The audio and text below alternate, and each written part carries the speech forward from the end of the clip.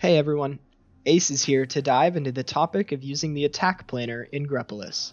Today I'm going to be talking about how to best use the attack planner so that you can make sure to coordinate your attacks and supports properly.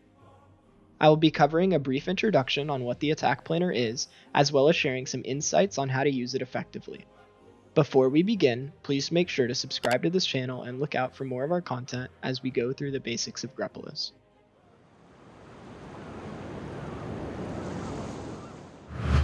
If you haven't used the attack planner before, there's a good chance that you are missing opportunities to correctly time and coordinate your attacks and supports.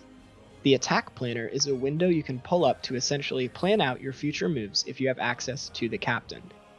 First, you must designate a name for your plan, as well as what city you want to attack and/or support. Then, you will see a layout that shows all of your cities and troops. From here, you can add troops and plan out your commands. All you have to do is enter your wanted landing time, and the planner will handle the rest. This is an important tool to utilize whenever you are on the offensive, or when you are under threat defensively. Now that we understand what the planner is and how to enter commands, let's talk about the necessary times to utilize these commands. For example, if I want to siege an opponent in a conquest world right before night bonus, I would go into the attack planner, select my cities and units, then enter 23, 59, 59 as the landing time for each. This will now tell me when to send each wave of attacks.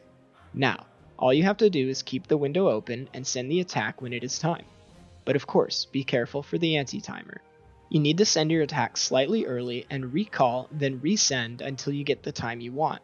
If you want to learn more about how to effectively time your attacks, be sure to check out our video on timing commands. If I was using this to defend my city in a revolt world, I would follow a similar pattern. First, take note of the enemy colony ship landing time. Then, go to the attack planner, choose your support, and set the landing time to be just before the colony ship. Now, if you beat the anti-timer and land some good supports, you have successfully used this tool to time your commands and defend your cities. It is also possible to use the same units from a city in multiple commands. Now, why would you do this? You can enter multiple commands with different unit speeds, such as one attack with a slow transport attached and another without, to provide multiple options. If your first attack misses the mark, you can recall and try again at the next opportunity. If it works out successfully, then you can delete your later plan.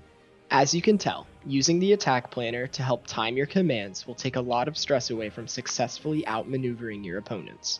Simply enter the details you need and let it do the rest. But just remember to send your commands out when it's time. If you use these tactics and keep landing sieges and destroying colony ships, you will have a firm grasp on utilizing these in-game tools and be an extremely difficult player to take anything from, even single-handedly. Good luck and have fun using these tactics to crush your opponents.